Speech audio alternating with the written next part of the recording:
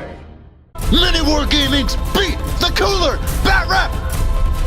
Hey there, MiniWarGamers. Owen here from MiniWarGaming with Stephen to bring you what you've been asking for, a Warhammer fantasy game. We are playing 2,400 points of Bretonnia against the High Elves. He's got a lot of the new models. You even get to see the new High Elf book, which unfortunately we never covered. You're going to get to see the new High Elf models, which we haven't gotten brought in. So, a whole bunch of new stuff. You're going to get to see that here as we show off Bretonnians and High Elves. Stay tuned. We haven't rolled for magic. We haven't rolled for turn. But we'll find out shortly. Here's my Bretonnian army. We've got right up front my Lord. He has the sword of striking, the +3 attacks, whichever sword that was. Basically, that's what he's got. And then a shield and mount. My BSB Paladin, we've got a Prophetess of the Lady. She's a level 4 life with Flesh to Stone, Shield of Thorns, Throne of Vines, and Regrowth. Those are what I rolled. We've got a Damsel. She's a level 2 Beasts, and she's got Wild Form and Heroes. We've got unit of Knights of the Realm, big unit of Grail Knights with banner. Everyone has command, and then more Knights, and then another unit of Questing Knights, a Trebuchet, and then 5 Pegasus Knights. I love Pegasus Knights. The more I use them, the more I'm like, why do I not bring more of these? I'm pretty sure there's a bonus to bringing a Lord on one. Anyway, so here we are. We've got the Chariot, 2 Trianok Chariots, and a Lion Chariot. We've got a group of archers there.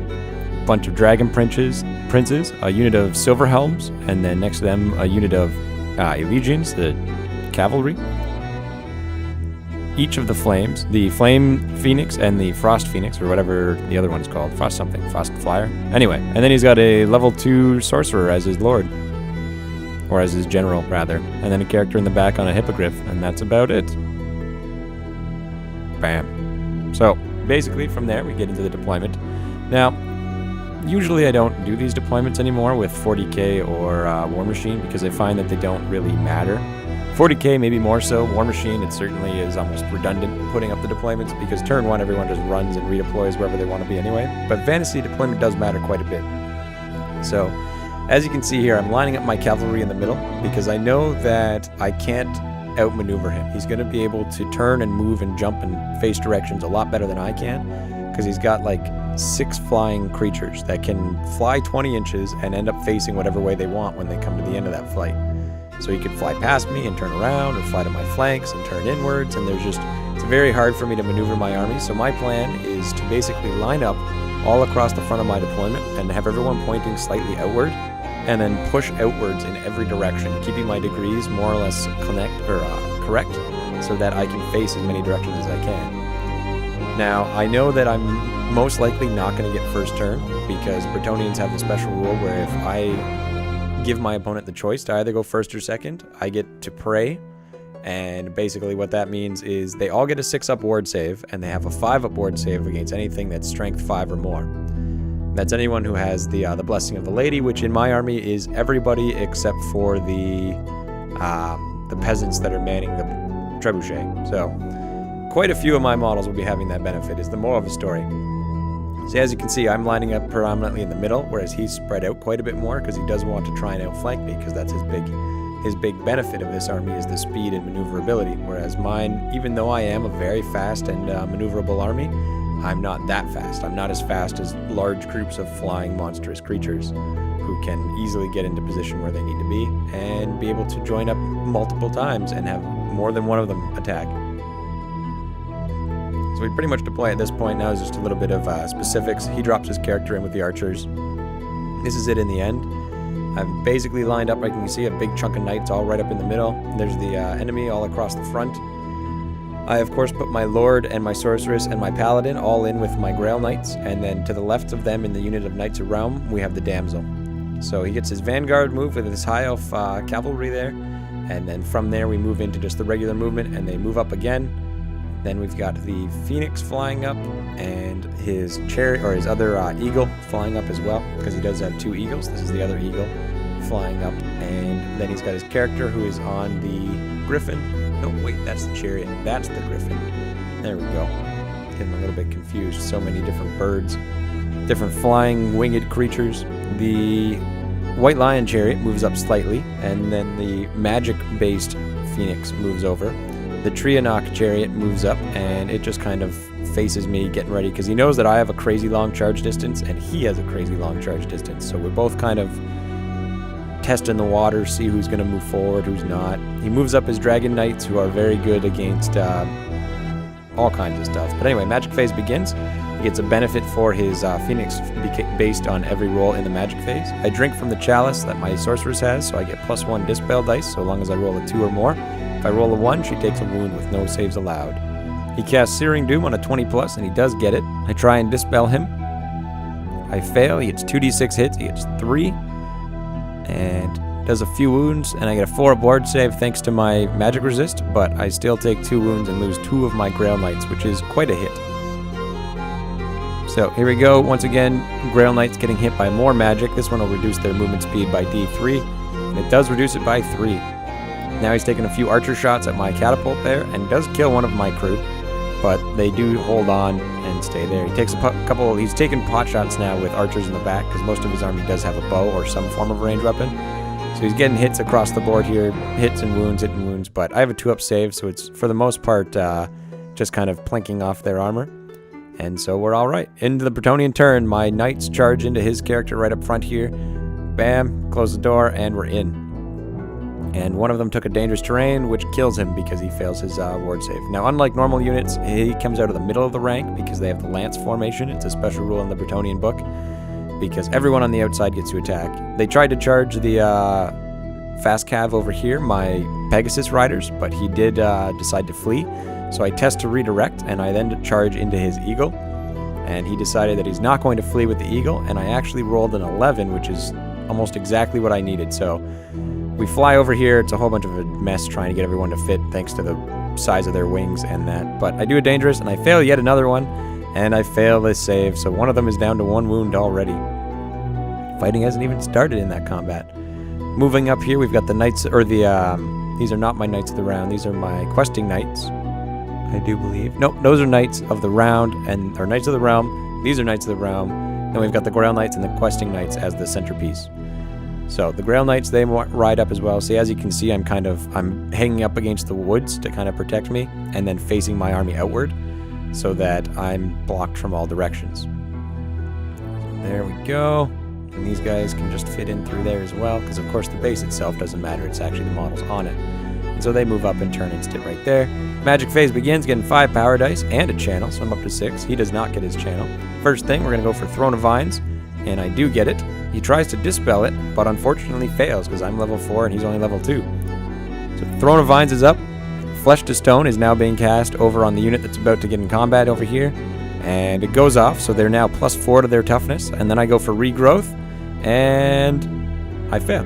Only roll a 10. Trebuchet takes a shot at his archers there, and it looks like it's about able to hit 9. Or rather, it was going to hit 15, and then it deviates. So it lands in the back here. And boom, I don't roll a single one, which just annihilates that big back wave, and just big crunch from that flying trebuchet. Good job, peasants. So here we go. Close combat. He, of course, gets to attack first because he's a high elf. So he does hit with 1, wounds once because he has a great weapon.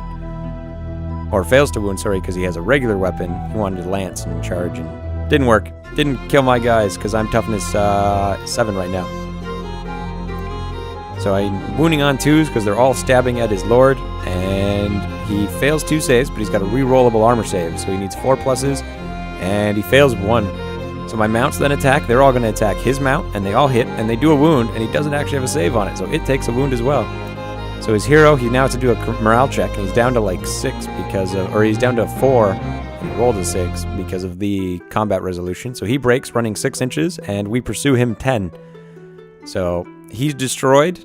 That is the end of his griffin, and they actually have enough movement that they plow right through here and then hit his chariot in the back. And of course I have to do more dangerous, but I think we missed those on the camera.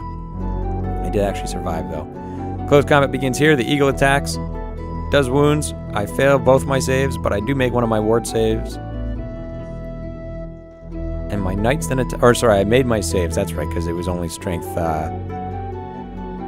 4. Anyway, made it, and then they overrun, and they actually overrun right into the flank of the Phoenix, or the Phoenix. Dragon Knights. Dragon Princes. Dragon Horsemen. Dragon People. That's what they did. Anyway, archers failed their morale check and then rallied, so they panicked and then turned around and came back. These fellas who had been fleeing, they do their leadership and they're of course back in action, and because they're fast cav, they can turn and act normally at this point. So, here we go. Charges are declared. Charges are declared. And charging at my Pegasus with his chariot, which unfortunately fails his charge and only moves 3 inches. Here we go. Center group easily makes it. Boxcar charge. The next group, they make it as well. This is the blue Phoenix there, the magic one. Now he puts him on the far side so that he can try and get another guy in. Now these guys, they need an 8 to make it, and they do make it. So he goes straight up and then passes the Phoenix and then turns inwards and then hits them. One of the chariots does hit the forest, but they are able to get into base. He fails as dangerous. Now, Stephen had said that it was D6 wounds on chariots when they fail, and he actually ends up killing himself. So the chariot crashes into the woods and dies, but he still has the other one, which will certainly be a good help towards him in this combat. Now, the Flaming Phoenix here, it flies, and whenever it passes over a unit, or whenever it passes over any number of units, up to one unit that it passes over. There we go. That's what I'm trying to say. It gets to hit them all with a bunch of fire attacks. So it hits these guys, D6 attacks on the front row, 2 hits, and then D3 for each rank after that. So another 4. So 6s altogether. Does a bunch of wounds. I have a 3+ save, and I do pass them all. Magic phase begins with a solid 7 magic, and so he gets an additional attack with his flying monster there. I do not get any of my channels, but I do happen to drink from my chalice and succeed. And so first thing he tries to do, 20+ again. He's got to roll an 18, and nope. So the archers start shooting at the Grail Knights. Pitter-patter of bows here. They do get a few hits and a few wounds, but I have a 2+ save once again, because we are the Grey Knights of fantasy. And he fails to wound with the archers against my Trebuchet crew as well. Combat begins, and he fails to wound my guys, the Pegasus Riders. One of them hits, and one of them does a wound, which he fails his save, and so plop, one of them dies. The Pegasus get to attack. It hits once, does 1 wound. He's got a 3+, and he passes. So morale, or rather, his horse gets to attack. We almost forgot about it, but it doesn't do anything. He fails his leadership, flees, and my Pegasus continue on their rampage, and of course wipe them out. Splat. All thanks to the flank, the charge, the wound, and that's about it. So they overrun 10 inches and are lined up, ready to go after his general and his unit of archers in the back. Combat begins here. He attacks first. I have a 5-up save. I make all but 2, and then I make one of my 5-up board saves, and then I lose another one of my questing knights. Don't do any wounds against him with my horses, but then my questing knights attack, and they do 3 with their great weapons, and they actually only kill 1 guy, which is quite a bummer. And then my damsel attacks. We forgot about his horses, so we then get them to attack as well. 3 attacks and another few wounds, but I do have a 2-up save, and then I fail my ward save. Morale check for myself, and I fail, and then I try and reform, but fail the reform as well. Wanted to bring those 2 guys up to the front so they could attack as well with their great weapons. Here we go, ward saves against the flying monster there that's killing my knights, and I do pass a lot of them, but the chariot gets to attack as well. 3+ save, I pass those saves. Phoenix is attacking as well, of course, and I do pass 2 of them, so I lose yet another one of my Knights of the Realm. The Knights attack, they're going after the giant bird thing. They do a wound, but he makes his save. The other attack against the bird does a hit, and does not. And the horse bites it, and wounds. Here we go, 5-up on the bird. Oh, it fails! 5-up ward, and it fails that too. So the horse bites the bird, and it takes a wound, is down to 4. The knights couldn't do it, but the horse did. The horse then bites the chariot, and it does a wound against it as well. So my cavalry mounts actually won me the combat, which is hilarious. Because I have a bunch of ranks and banners, and unfortunately he doesn't have those kind of things. So he falls back with his chariot. It unfortunately breaks, but thankfully his eagle does not, his phoenix there, or else I would have been overrunning and trying to kill them all. Here we go, close combat begins. He's got to re-roll that because unfortunately it wasn't flat on the table. Here we go, the crew attacks. 2 hits, wounding on 6s because I'm toughness 7. He does get 1, but I make my save. Here we go, the knights attack. They're still on the charge because they did overrun, so they get 3 wounds. putting him down to 1. He fails his leadership, and they, of course, pursue for a solid 5, but he gets a ton and goes running off the board. And so that is the end of his flying chariot. They move up a little bit from there and get in position to turn around. Here we go. I'm able to make a brief charge right on the corner of his base there with my Grail Knights, and then I've got to kind of maximize frontage there. So they were able to do a sharp turn, hit him, and then sharp turn to get back in, and then we just had to adjust it a little bit to make it fit. Here we are overwatching against my Pegasus as they charged in, and he unfortunately didn't hurt them, but they do make it in. These guys tried to do a swift reform and actually failed, but in hindsight they had a musician, which I believe gives you +1. Oh well, too late. Magic phase, that dice wasn't flat, so I had to re-roll it, and unfortunately I lost out on my 6. But I don't channel, he doesn't channel. First thing, wild form on my Grail Knights, give him +1/+1. Tried to do beast form on my Lord, which goes off on an 11, but he does dispel it. He doesn't want him going berserk. Regrowth on my Grail Knights, trying to beef them up as well, and I get another guy back, and that's about it. I try and shoot at his flying critter with a trebuchet, which badly misses, but then hits his cat, or his, what is it called? Chariot. Chariot is what it's called. And I do a wound, but he makes a save because it is a lion chariot, and they have very good saves against ranged attacks. Close combats begin, and he attacks first because he always strikes first. And I fail one of my saves with yet another questing knight.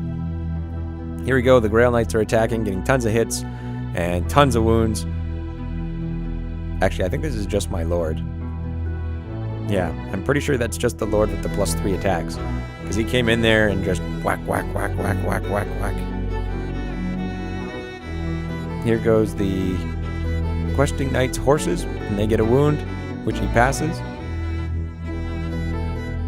Now the questing knights themselves are attacking. Now it's only the guys on the left side there. And they do 3 wounds because they're all using their lances on the charge, and he fails 2 of those. So another 2 go down. Oh, another 3. There we go. And horses are attacking. His horses get to attack first. Does not do anything. My horses get a few attacks. 1, 2, 3, 4. And 4 is to wound. 1, 2, 3, 4. Oh, the wild. No, I'm not sure why I caused a wound there. Must have been just combat. Oh, that was the. Of course, that's the questing knights attacking with their great weapons. Derp, derp. That's what's going on there. I don't know why I made that mistake. Anyway, nearing the end of the combat here, he does have to do his morale checks because we're just kind of crushing him now with wave after wave of guys. Fails his morale, flees for a solid 7 inches, but I can chase him with both units, 9 inches on the Grail Knights, and they easily overrun him, ending the threat of his Silver Helms. And so the Grail Knights overrun 9 inches, moving up across the board, hitting the forest a little bit, but unfortunately, looks like we missed the roll for that. Close combat begins between the bird and my unit of knights, and he does get 1 wound, but I do make my save. So I attack back with my 2 guys right there. Everybody else then attacks all of my regular guys and the horses because they're all the same stat line. They're all rolling for 6s. I don't do any wounds, but I still win combat thanks to combat resolution, banners and flags and all that. But he survives. Archers get to attack against my Pegasus Knights. He gets a few hits, a couple more wounds, but I still have a good save and a ward save. But I fail my ward save and actually lose one of my Pegasus Knights. His Lord attacks, and he has a great weapon, but he attacks at initiative because he always has strikes first. Doing a few wounds, but I fail my regular save, but I've got a 5-up ward, which make that save, and he only takes a wound. The Knights and the Gallant only get 1 hit and do 1 wound. The Pegasus all get a bunch of attacks at this point, and they're going to be hitting 4s to hit, only 2 hits, which is terrible, but they do squish 2 more of them just by kicking them because they're strength 4. And then after that, I do get my Stomp attacks because he's small-based, and I actually kill 3 more with Stomps. So in the end, I end up charging. I have a banner. I killed like 6 guys. He only killed 1. And so he fails his leadership check, and we pursue him into oblivion. Dead. So here we are at the end of the game, MiniWarGamers. Unfortunately, I gotta do the epic handshake. Bam. Stephen has surrendered at this point because, well, 1, he's got to get going, and 2, there's not much. There's not much. Yeah, that's the only reason he had to get going.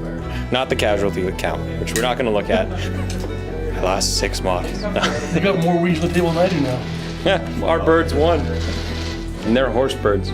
And these 2 horses that like chomp down on those 2 guys won the combat for me.